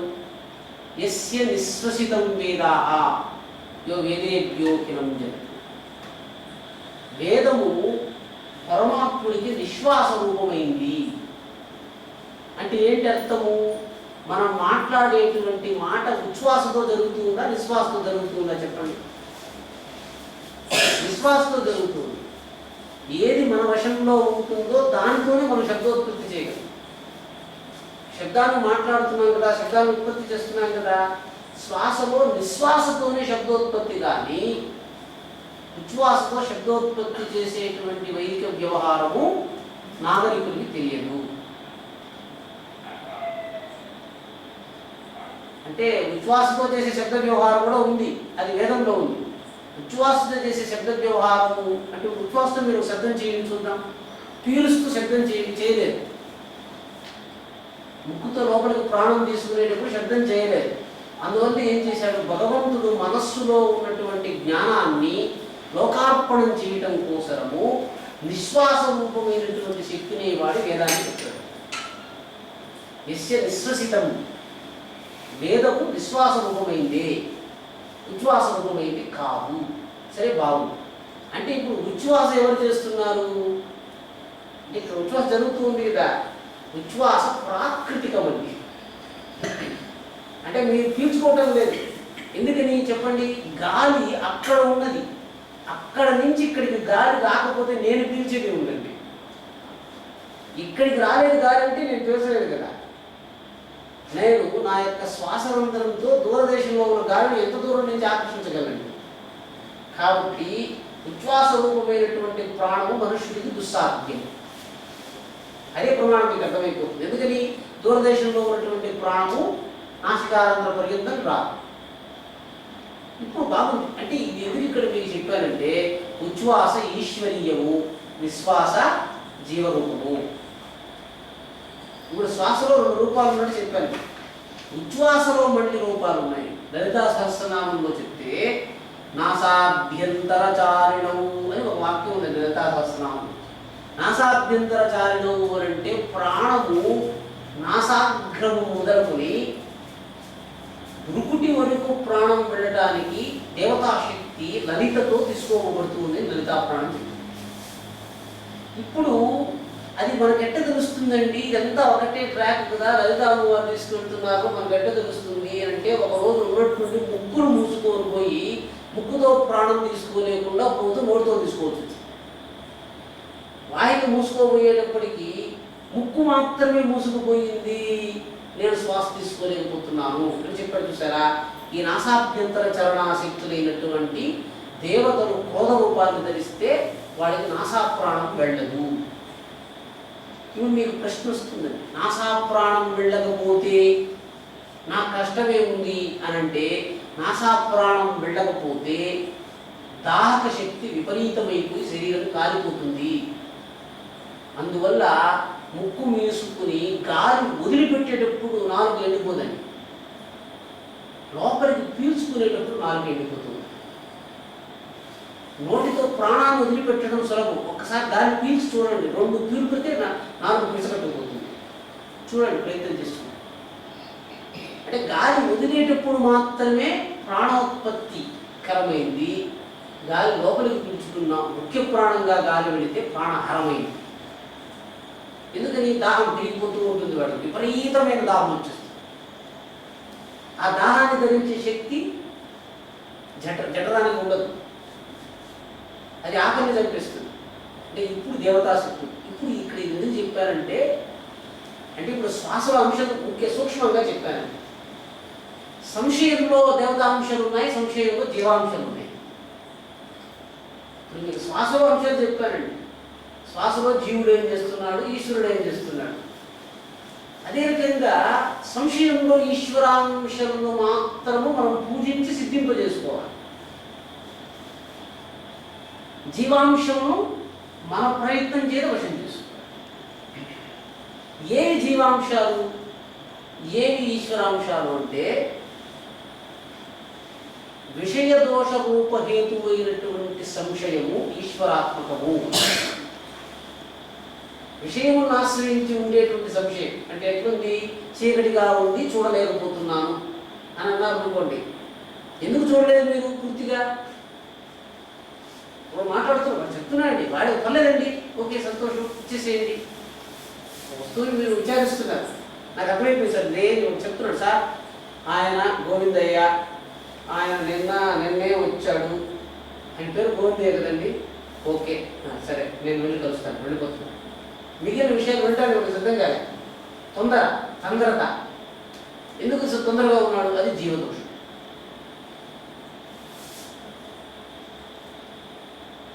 జీవదోషం ఎట్టుంది, ఒక విషయాన్ని చెప్తూ ఉంటే అంటే అందుకే మామూలుగా ఎట్లుంటుందనంటే ఆచార్య ప్రసంగ సమయంలో కలిగేటువంటి సంశయము జీవదోషము. ప్రవాహం వెళుతూ ఉన్నప్పుడు సంశయం వచ్చిందంటే మీరు మునిగిపోతారు. ఆచార్యుడు పాఠం పూర్తి చేసి అయ్యింది మాట్లాడండి అని చెప్తేనే సంశయం రావాలి. అటువంటి సంశయం నివారణాత్మకంగా ఉంటుంది. ఎందుకని తొందరపడుతూ వచ్చేస్తుంది. ఆయన అన్నీ చెప్తున్నాడు కదా. మీరు ప్రశ్న అడగకుండానే మీకు చెప్పదగిన విషయం వస్తున్నప్పుడు ప్రశ్నించి తెలుసుకోవాలనే తొందర ఎందుకు కలుగుతుంది? అది జీవదోషంలో కలుగుతుంది. ఆచార్యుడు మౌన రూపాన్ని ధరించి సంభాషించడం, ఆచార్యుడు అంటే ఉదాహరణ చెప్తున్నాడు. మళ్ళీ మీకు సందర్భం వచ్చినప్పుడు లోకం ఎట్లా తొందరగా కలిగిస్తుంది ఆయనే చెప్పేస్తున్నాడు. పాఠం చెప్తూ ఉన్నాడు. పాఠం చెప్తూ వాక్యం మొదలు పెడుతూనే శబ్దం వింటూనే పూర్ణ అంటే ఏంటి సార్ అన్నాడు. అంటాడు చెప్పనట్టు ఆ పాఠాన్ని. పూర్ణం అంటే పూర్ణం అన్నాడంటే వాడు గమ్మున ఉండొచ్చు కదా. ఇంకా చెప్పాలి, ఏదో ప్రవాహం వస్తున్నది గ్రహిద్దామని అనుకోకుండా రెండో మాట మూడో మాటకు మాట చెప్పిస్తున్నాడు. పరిపూర్ణమైపోయింది అని కాకుండా ఎక్కడి నుంచి వచ్చిందండి అన్నట్టు వీడి నుంచి వచ్చేస్తుంది. ఆయన చెప్పనివ్వకుండా నీకు కలిగినటువంటి జ్ఞానంతో నువ్వు ఆయన విచారించడం మొదలుపెట్టి సంశయం ఉంటుంది. అంటే పరిపూర్ణ ప్రవాహ రూపమైనటువంటి వాక్కుకి అడ్డాన్ని కొట్టడం వల్ల సంశయం వస్తుంది, లేకపోతే సంశయం రాదు. ఎవరికి సంశయం వస్తూ ఉంది? పూర్ణ శ్రవణాధికారం లేని వాడికి సంశయం వస్తుంది. ఎందుకు శ్రవణాధికారం లేదు? తొందరపాటు. అందుకే వస్తుస్వరూప అర్థ అనవధారణాత్మక. వస్తుస్వరూప అర్థాన్ని వాడు చెప్తూ ఉంటే మాటల్లో చెప్తున్నాడు. చెప్పేటప్పుడే అవునండి నాకు తెలుసండి ఆయనే కదండి అక్కడ స్టార్ట్ పెట్టారు. నేను చెప్తున్నాడు కదా, పూర్తిగా ఆయన దగ్గర ఏముందో మనకు తెలియదు, మనసులో ఏముందో తెలియదు అని చెప్తున్నాడు. మీరు అక్కడికి వెళ్ళండి, ఎల్ఐసి దగ్గరికి వెళ్ళండి, దాని పక్కన కొంతసేపు వెయిట్ చేయండి, ఒకడు వస్తాడు, ఒకడు పట్టుకెళ్తాడు, చెప్పబోతున్నాడు. అంతే కదండి, రైట్, నాకు అర్థం వెళ్ళిపోతాడు. ఎందుకు వచ్చింది ఈ తొందర? వాడికి ఆల్రెడీ తొందర ఉంది లోపల, వినే ఓపిక లేదు. అంటే ఇంద్రియములకు వస్తుస్వరూపాన్ని పరిపూర్ణంగా గ్రహింపనీయకుండా ఉండేటువంటిది తొందరపాటు. ఆ తొందరపాటు ఉండకూడదు, అది అత్యంత ప్రమాదకరమైంది. రెండోది ఏమిటండి? ప్రమత్తత. మత్తు ఎక్కడ? జీవోత్పత్తి. అంటే ఇవన్నీ జీవదోషాలు, సంశయం రావడానికి.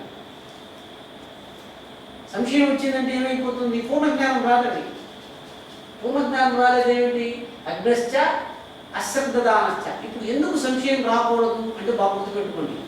ఇంద్రియాలు ఉండగానే లోక విషయములు ఎవడైతే అంతఃకరణములకు తీసుకుని పోగలుగుతున్నాడో, ఇంద్రియములు లేకుండగానే వాడు ఆ విషయములను భోగించగలుగుతున్నాడు కదా. ఒకరోజు ఈ కళ్ళు పనిచేయు, ఇంద్రియాలు పనిచేయు, పంచేంద్రియాలు పనిచేయు, కదలలేడు, వెళ్ళలేడు.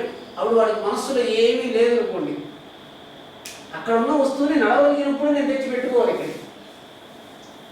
అంటే నడవగలిగిన రోజులు కదవకుండా ఉంటే అయ్యో నేను తెచ్చిపెట్టుకోలేకపోయినానని బాధపడేవాడికి అంతఃకరణంలో ఎటువంటి ద్రవ్యం ఉంటుంది. అంటే అంతఃకరణ సామగ్రిని పరిపూర్ణం చేయాలి. అప్పుడు ఏమవుతుంది, స్మరణ వస్తువులు అనంతంగా ఉంటాయి కాబట్టి వాడు స్మరణతో సుఖిస్తాడు. స్మరణ ఎటువంటి వస్తువులుగా ఉండాలి, గీతాశాస్త్రాభ్యాసం చేశాడు. భగవంతుడి యొక్క అర్థాన్ని అప్పుడు ధరించండి. ఏకాగ్రంగా కూర్చుని ఏకాంతే సుఖమాస్యతాం పరతరే చేతస్సమాధీయతాం పూర్ణాత్మా సమీక్ష్యతాం జగదిదం తద్బాధితం దృశ్యతాం ప్రాక్కర్మ ప్రవిలాప్యతాం స్థితిబలాన్నాప్యుత్తరే శ్లిష్యతాం ప్రార్థం ఇహ ఉజ్యతాం అత బ్రహ్మాత్మనా స్పీయతాం. అంటే ఎట్లా జరగాలి, ఏకాంతానికి వెళ్ళాలి. ఏకాంతానికి వెళ్ళాలంటే ఇక్కడ ఏకాంతం ఉంది. ఎట్లుంది, ఇంద్రియాలను వదిలిపెట్టేస్తే మీరు ఏకాంతంలో గడుపుతారు. అందరూ ఏకాంతంలోకి వెళ్ళాలంటే అడవిలోకి వెళ్ళి ఏకాంతానికి చేసుకోవాలనే అభ్యాసము, నేను చుట్టూరు ప్రపంచం ఉంటే నేను ఏకాంతంగా ఉండలేను అని అనుకున్నవాడు. కాబట్టి ఏకాంతము అంటే ఇంద్రియములతో సంబంధం లేని అంతఃకరణం యొక్క స్థితి. అంతే కదా. ఏకాంతం అంటే కేవలము ఇంద్రియములు లేని మనస్సు, కేవలం ఇంద్రియము లేని అహంకారం. ఏకాంతే సుఖమాస్యత అంటే స్మృతితో సుఖించు, స్మృతి రూపాన్ని ధరించు. అప్పుడు స్మృతితో నీకు పోగలవు. గీతావాక్యాన్ని ధరించి గీతావాక్యాన్ని అర్థము, మననము, నిధ్యాసనము ఇవి చేస్తూ ఉండాలి, అడ్డం లేదు. ఇవి చేయడానికి కావలసినటువంటి వ్యవహారము సంశయరాహిత్యం. సంశయనాశనానికి కావలసినటువంటి ఇప్పుడు శ్వాస రూపంలో ఉన్నటువంటి జీవ ఈశ్వర వృత్తిని చెప్పినట్లే ప్రతి వృత్తిలోనూ ఈశ్వరీయము జీవరూపం అనేటువంటి రెండు వృత్తులు ఉంటాయి. జీవరూపమైన వృత్తుల వరకే జీవుడికి వశ్యత ఉంటుంది. ఈశ్వరీయమైన వృత్తుల మీద జీవుడికి వశ్యత ఉండదు. ముందర జీవరూపమైన వృత్తిని వశ్యత చేసుకున్న తర్వాత ఈశ్వరానుభూతి కలుగుతుంది. జీవరూప వృత్తులు అంటే ఏమిటి, మనం ఉన్న తొందరపాటు ముందర మనం దాన్ని వర్తించాలి, నియమించాలి, శాసించాలి. ఎవడికి ఇవన్నీ మీకు అదే చెప్పారు. యోగశాస్త్రంలో యోగం చేస్తున్నారు. యోగం అంటే అందరికీ అనుకున్నది ఏమిటంటే షట్క్రియలు, ప్రాణాయామాలు, ఇవి యోగం అనుకుంటున్నారు. కానీ పతంజలి చెప్పిన యోగంలో అది కాదు. హఠయోగంలో చెప్పినటువంటి యోగం అది వేరు, ఇది వేరు కదా. అంటే అవన్నీ సిద్ధించడానికి యోగాలు రావాలి. ఎవడో ఒకడు కూర్చొని ప్రతిరోజు ఒక వస్త్ర ధౌతి లోపల వస్త్రాన్ని తీసుకుని మూలస్థానం పర్యంతం శోధన చేసేస్తున్నాడు ప్రతిరోజు. మీకు అర్థమైందండి. ప్రతిరోజు కడిగేస్తున్నాడు లోపల, ప్రతిరోజు కర్మమంత్ర ధౌతి అన్ని ధౌతులు షడ్ధౌతులు చేసేస్తున్నాడు, అన్ని క్రియలు చేసేస్తున్నాడు. నేను అన్నీ చేసేస్తున్నానండి, దానికి చెప్పింది ఏమీ లేదండి, దానివల్ల ప్రయోజనమే లేదండి అంటున్నాడు. ఎందుకని నాసికాపానం చేసేస్తున్నాను, జరాన్ని చేసేస్తున్నాను, ఇక్కడ ఒక బాధ చేసేసాను, అన్ని క్లియర్ చేసేసాను, ఏమొచ్చిందండి, దానివల్ల దివ్యశక్తులు వస్తుందన్నారు, వినిపిస్తుందన్నారు, వినిపించడం లేదే, ఏది ఎందుకు తప్పు జరిగింది అంటే ఒక బాగా గుర్తుపెట్టుకోండి. ఈ క్రియలన్నీ ఎటువంటివి అంటే కారుకి కపిలతత్వం వరకు వెళ్ళేలా రోడ్డు మీద నడపడానికి పనికొచ్చేటువంటివి. ఒక వాహనాన్ని నడిపేటప్పుడు వాహనం నడపడం వచ్చేసిందండి వాడు. అంటే ఇక్కడి నుంచి ఇక్కడికి వెళ్ళగలుగుతున్నాడు. ఇక్కడి నుంచి ఇక్కడికి వెళ్ళగలిగినటువంటి వాడికి ఎందుకు ఆ యోగ సిద్ధి రాలేదు, ఇదండి ప్రశ్న. ఎందుకంటే అక్కడి నుంచి అక్కడికి వెళ్ళటం వల్ల యోగ సిద్ధి ఎందుకు వస్తుంది అనేది వాడికి తెలియాలి. ఉన్నది ఇంతే కదా, ఇంతే దేశం. ఈ గొట్టంలో ఇక్కడి నుంచి ఇక్కడికి ప్రాణానికి వస్తే వాడు ముక్తులైపోతాడు అని చెప్తూ ఉంటే ఎట్లా సాధ్యపడుతుంది, మనం ముందర యోచించాలి కదా.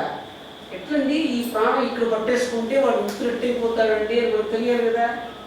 అంటే ఈ క్రియలు చేసిన తర్వాత బాగా గుర్తుపెట్టుకోండి, కారు కొన్నవాడికి కారు తిరగటం నడపటం వచ్చి ఉండొచ్చు. దారి తెలియకపోతే ఆ కారుని తీసుకోగలవలసిన చోటుకి వెళ్ళడు. వెళ్ళవలసిన చోటు ఇది, ఇక్కడికి వెళ్ళాలి అని కోరిక కలగకపోతే వాహనం వల్ల మదం వస్తుందే కానీ బలం రాదు. మామూలుగా పిల్లలు కారు కొనుక్కుని వాడు చేస్తూ ఉంటారు, ఎక్కడికో వెళ్ళాలో తెలియకుండా కారు కొనుక్కున్నాను కాబట్టి అక్కడికి వెళదాం ఇక్కడికి వెళదాం వెళ్తూ ఉంటారు. చూసారా, ధనం ఉంది కాబట్టి ఖర్చు చేయాలి, మాట్లాడగలను కాబట్టి మాట్లాడుతున్నాను అని చేస్తుంటారు. చూసారా, వీటికి మదం అని పేరు. ఈ మదం ఏం చేస్తూ ఉంటుంది? మన శక్తిని హరించేస్తూ ఉంటుంది. అంటే యోగక్రియల వల్ల మదమే వస్తుంది కానీ జ్ఞానం రాదు. యోగక్రియలతో పాటు జ్ఞానం వస్తే అక్కడికి సంచారం చేయటం వల్ల మనకు ఈ బలం కలుగుతుంది అని బోధ వచ్చినప్పుడు ఆ సంచారం చేసినటువంటి వాడు ఎందుకు చేస్తారు యోగక్రియలు? క్రియ చేస్తున్నాడంటే శరీరంలో మలం ఉంది, ఈ మలాన్ని తీసేయాలంటే యోగం చేయాలి, వాడికి అది జ్ఞానంగా పనిపిస్తుంది. ఒక ఉదాహరణ చెప్తున్నాను. క్రియ చేస్తున్నాము, శ్లేష్మ వృద్ధి. ఎందుకు క్రియ చేస్తారంటే ఉదాహరణ చెప్పి ఇప్పుడు చేస్తున్నాం. శ్లేష్మ వృద్ధి అంటే ఏంటండి? ఇక్కడ ఇప్పుడు ఎవరో చెప్పారండి మన దగ్గరికి వచ్చి, ఏదో జరిగింది సార్ ఎప్పుడు పాఠం చెప్పినప్పుడు, కంఠస్థం మీద బాష్ప వృత్తి కలుష చింతాజగం దర్శనం వైక్లవ్యం మమ తావదీర్షమో స్నేహాదరణ్యోష అని అవిజ్ఞాన శాకుంతలంలో పాఠం చెప్తూ ఒక శ్లోకం చెప్తారు. అంటే ఏంటంటే, కణ్వ మహర్షికి కూతురు వెళ్ళిపోతూ ఉంది అనే భావన కలుగుతూనే దుఃఖం కలిగిపోయి ఆయన కంఠమంతా స్తంభించిపోయింది.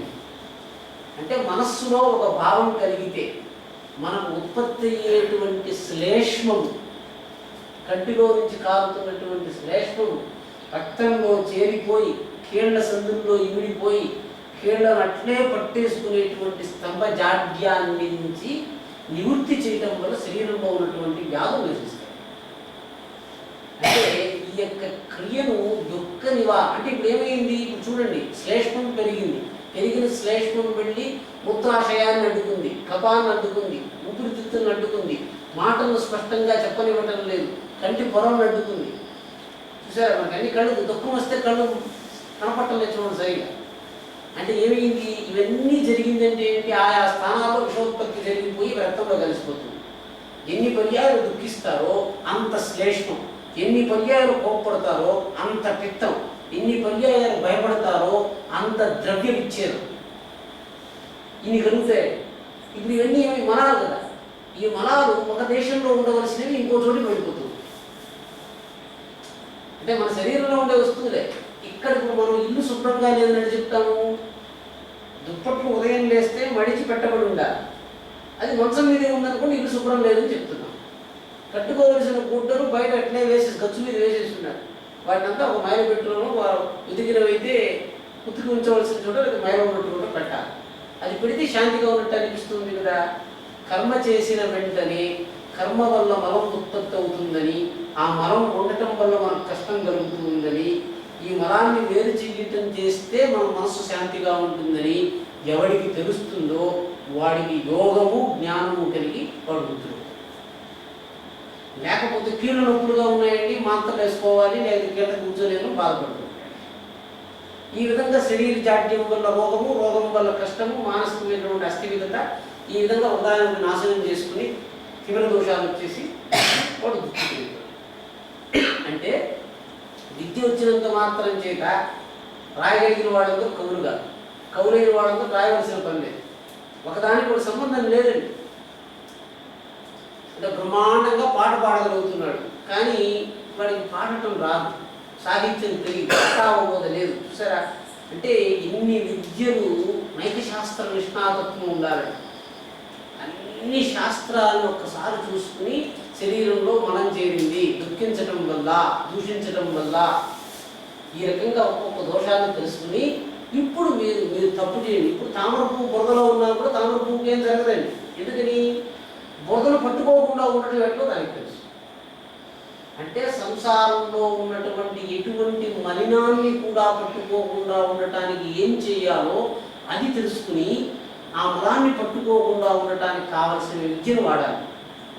ఈత నేర్చుకున్నారు, ఈదాలి, సముద్రంలో ప్రళయం వచ్చిందంటే ఈదాలని మీకు తెలియాలి కదా. లేకపోతే నహి ఔషధ శబ్ద మాత్రమే వ్యాధి గచ్చది.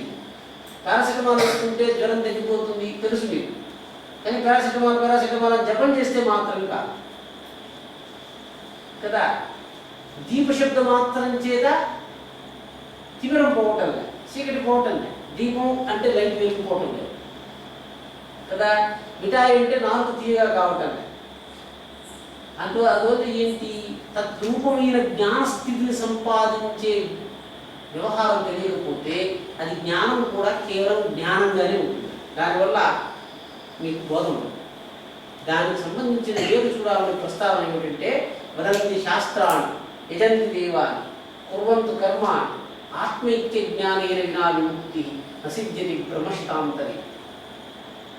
అంటే శాస్త్ర ఇతిహాసాలంతా కంఠస్థం వచ్చేసి భగవద్గీత బ్రహ్మాండంగా వచ్చు, వేదం వచ్చు, అన్నీ వచ్చు. అని మరణాసన్న సమయంలో జ్ఞానం రాలేదనుకోవడం వల్ల ప్రయోజనం ఏముంది అంటే, మనం సంపాదించేటువంటి విద్యలన్నీ మరణాసన్న సమయంలో మనకు జ్ఞాపకం వచ్చి మనం దాని నుంచి వేరు చేయాలి. కాబట్టి మీకు అంటే ఇప్పుడు ఏం చేస్తున్నా ఆనందమే. అంటే ఈ కర్మల వల్ల మనకు భయం లేదండి. అంటే ఏమీ చేయకుండా చేతులు కట్టుకుని నాకేం కాదు అనుకునేటువంటి వాడు భయపీడు. ఏమి చేసినా సంసారంలో నన్ను ఏది బాధించదు, నాకు కష్టం కలగదనే విద్యనే వేదాంతం చెప్తుంది. ఎట్లా కష్టం కలగకూడదు అది తెలియకపోతే విద్య కదా. ఆ విద్యను మనం నేర్చుకోవాలంటే ఏం చేయాలి అంటే, సంసారంలో ఉన్న కష్టం నన్ను చేరదు. మా అధ్యాపకులు న్యాయం పాఠం చెప్తారు. న్యాయం చెప్తున్నప్పుడు న్యాయం ఎందుకండి చెప్పండి. అంటే శాస్త్రానికి ఒక ప్రయోజనం ఉంటుంది. న్యాయం నేర్చుకుంటున్నామంటే సంశయం నాశనం అయిపోవాలన్నాడు. సంశయోత్పత్తి ఉండకూడదు. అంటే ఒక శాస్త్రాన్ని మీరు చదివారనుకోండి, దానివల్ల ఏం ప్రయోజనం ఉండాలో మీకు తెలియాలి కదా. వేదాంతం చదువుతున్నారు అని అనుకోండి, భగవంతుని గురించి మీరు తెలుసుకుంటున్నారంటే ప్రతిరోజు మీ గతి మీకు తెలియాలి. ఇప్పుడు మనకు ఎప్పుడైనా అడుగుతుంటారండి, సంగతులు ఏంటి అని గురువు అడుగుతాడండి, శిష్యుడు అడగకూడదు ఈ మాట. సంగతులు ఏంటి అంటే ఏంటండి, సంగతి అంటే ఏంటి?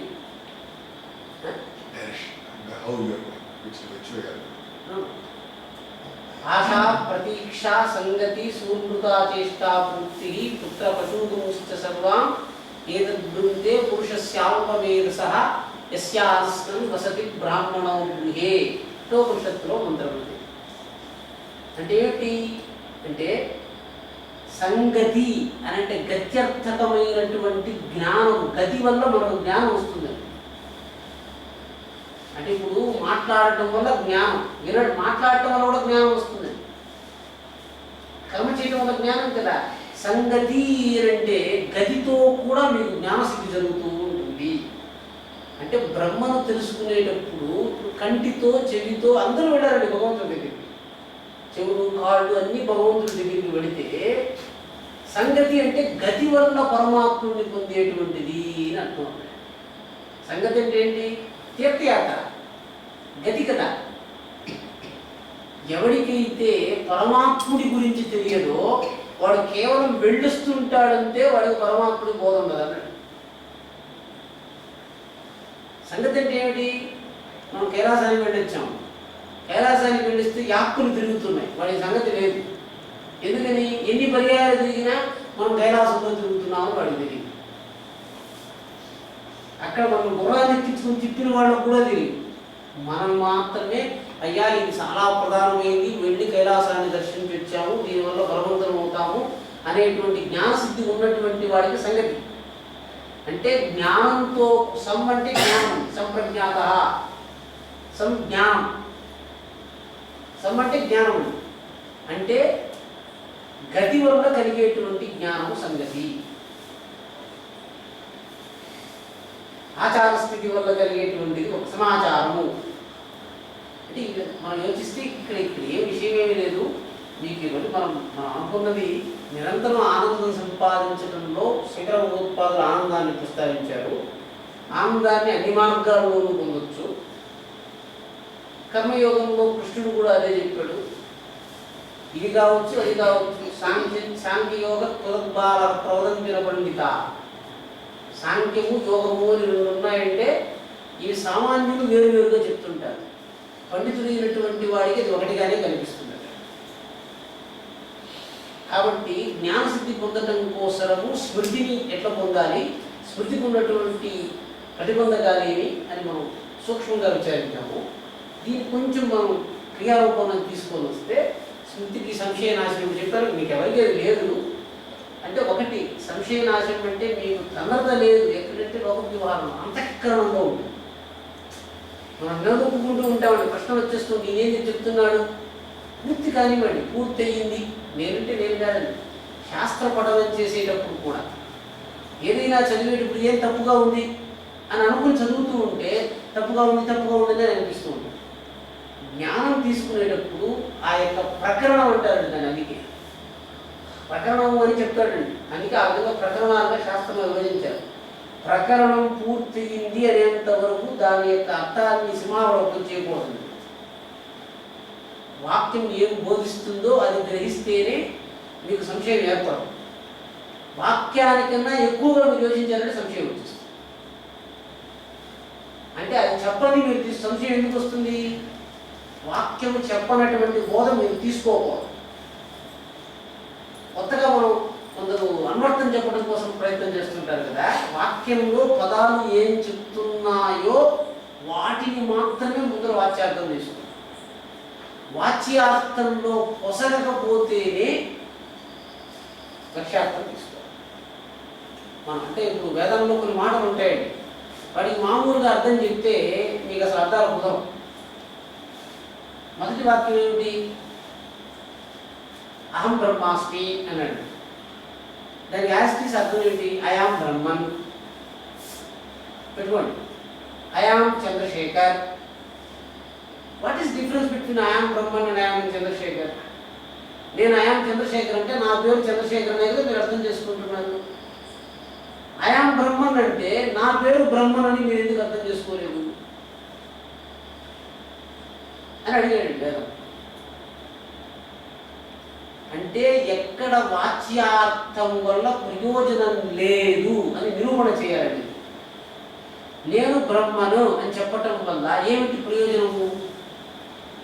ప్రయోజనం లేదు కాబట్టి అప్పుడు మనం గీతార్థాగ్రహణాల కోసము లక్ష్యార్థం. అంటే ఒక పదానికి 2 అర్థాలు ఉంటాయండి, వేదంలో అట్లే చెప్పుకుంటారు. ఆ విధంగా 2 అర్థాలు ఉన్నప్పుడు ఏ అర్థం తీసుకోవాలి అని అంటే మొట్టమొదట వాచ్యార్థాన్ని తీసుకోవాలి. వాచ్యార్థం కుదరకపోతే అప్పుడు లక్ష్యార్థాన్ని. లక్ష్యార్థ సిద్ధి అంటే ఇప్పుడు వాచ్యార్థంతో చెప్పింది కాదు, వాక్యాలు చెప్తుంటాము. ఇప్పుడు ఒక వాచ్యార్థం లక్ష్యార్థం ఎట్లుంటుందని అంటే ఒక పిల్లవాడు వచ్చాడు, పాఠం చెప్తున్నారు టీచర్. పాఠం చెప్తుంటే ఒక పిల్లవాడు వచ్చాడు. పిల్లవాడిని చూసి ఒకసారి చూశాడు, వాడు లేటుగా వచ్చాడు. టీచర్ వాడిని చూసి గడియారం ఉంటుంది, టైం ఎంత అయింది అని అడిగిందండి టీచర్. ఆమె టైం కనుక్కోవటం అంటే ప్రశ్న. గడియారం టైం ఎంత అయింది అడగటం ఆ టీచర్ ఇప్పుడు క్వశ్చన్ కాదు కదా. ఆ పిల్లవాడు సార్ 9 రైలు సార్ ప్రశాంతంగా వచ్చి కూర్చుంటాడా? కూర్చోడు కదా. అంటే ఒక మాటలో 9:30 అయింది అడిగినట్టు ప్రపంచానికి కనిపించిన వాడి గుండెకు తెలుసు అనమాట. 9:30కు నేను రాకూడదు సమయంలో వచ్చాను అని స్టూడెంట్కి తెలిసిపోయింది కదా, మాటలో చెప్పలేదు. ఎట్లా తెలిసింది? దాన్ని వ్యంగ్యార్థం, లక్ష్యార్థానికి భిన్నంగా వ్యంగ్యార్థం. వ్యంగ్యార్థాన్ని మనం ప్రతిపాదించేటప్పుడు వాడు ప్రశంస వాడు లెక్క కూడా చేయలేదు అనుకోండి, వాడు తెలియలేదు, వాడు గోచరించరా. ఇప్పుడు శాస్త్రంలో ప్రశ్న చేశారు, ఎవరికి వ్యంగ్యార్థం గోచరించదు చెప్పండి? రమణ లాంటి వాడు ఉన్నాడు అనుకోండి, టైం ఎంత అయింది 9 మంది మహానుభావాన్ని కూర్చున్నాడు అనుకోండి, నిజంగా వ్యంగ్యార్థం గోచరించదండి. కేవలం వాచ్యార్థ గ్రహణమే చేస్తుంటాడు. ఆయన వ్యంగ్యార్థాలు అసలు పట్టుకో. ఒకడు ఉన్నాడట శాస్త్రంలో కొన్ని చోట వ్యంగ్యార్థాలతో వాక్యాలు ఉపయోగించుంటారు. శాస్త్రంలో వ్యంగ్యార్థముల చేత చెప్పబడిన అర్థములను ఎవరు గ్రహించలేడో వాడికి లక్ష్యార్థ బోధ కలగదు. ఎవరికి వ్యంగ్యార్థ బోధ కలుగుతుంది చెప్పండి? ఎవరికి కలుగుతుంది? వీడు చెప్తున్నాడు, ఎవరికి వ్యంగ్యార్థ బోధ కలుగుతుందో వాడు మాత్రమే వ్యంగ్యార్థం చేత పీడింపబడతాడు. నేను మళ్ళీ మీకు వివరంగా మళ్ళీ సమయం అయిపోయింది, అంటే వ్యంగ్యార్థ బోధ కలగటానికి ఇక్కడ ఒక జ్ఞానం ఉండాలండి. ఆ జ్ఞానం ఏమిటి మీకు తెలిసిపోయిందంటే వాడికి మనం మామూలుగానే మాట్లాడుతుంది. ఇక్కడ 100 మంది కూర్చుంటున్నారు కదా, భగవంతుడికి సూర్యుడికి అందరూ మీరు చదువుకున్న వాళ్ళు కాబట్టి సూర్యుడి యొక్క కిరణ శక్తిలో 1200 కిరణాలు ఉన్నాయి. 1200 కిరణాలు సాక్షాత్ అట్లా వచ్చేసిన దాంట్లో 372వ కిరణము 410వ కిరణము మృత్యు కిరణం. మృత్యు అంటే ఎవరిని చంపేయాలి అని భగవంతుడు చెప్పేటప్పుడు తన కిరణం చేత ఒకసారి అటు చెప్తాడు. ఎవడు సూర్యుడు పుత్రుడు కదా, ఎవడు సూర్యుడి పుత్రుడు అంటే సూర్యుడి యొక్క రూపమే కదా. అంటే సూర్యుడి యొక్క కిరణ శక్తిలో ఒక్క కిరణం మృత్యు అండి. ఆ కిరణాన్ని పెట్టుకుని ఎవడు సంచరిస్తుంటాడని వాస్తుశాస్త్రంలో చెప్తున్నాడు. ఆ కిరణం ఏం చేస్తుంది, ఎవరికి మృత్యు ఉందో వాడికి వెళ్ళి, ఎవరికి వ్యంగ్యార్థ బోధ కలుగుతుందో వాడికి మనం ఆ మాట చెప్తే కష్టం కలిగినట్టుగా, ఎవరికి మృత్యువు వస్తుందో ఈ సూర్యుడిలో ఉన్నటువంటి ఆ యొక్క 360వ కిరణం తగ్గుతుంది. వాడు ఆ బోధన తీసుకుని నేను చచ్చిపోతానంటాడు. నువ్వు చచ్చిపో అని భగవంతుడు చెప్తాడు. ఆ చెప్పడం ఎట్ట జరిగింది, సూర్యకిరణంలో ఉన్నటువంటి ఒక మృత్యు కిరణం చేత బోధ కలిగిందని వాస్తుశాస్త్రంలో చెప్తారు. అంటే ఏమిటి ఆ కిరణం ఏమిటి మనకు తెలియదండి. అంటే వ్యంగ్యార్థం ఒకరికే కదా బోధింపబడింది.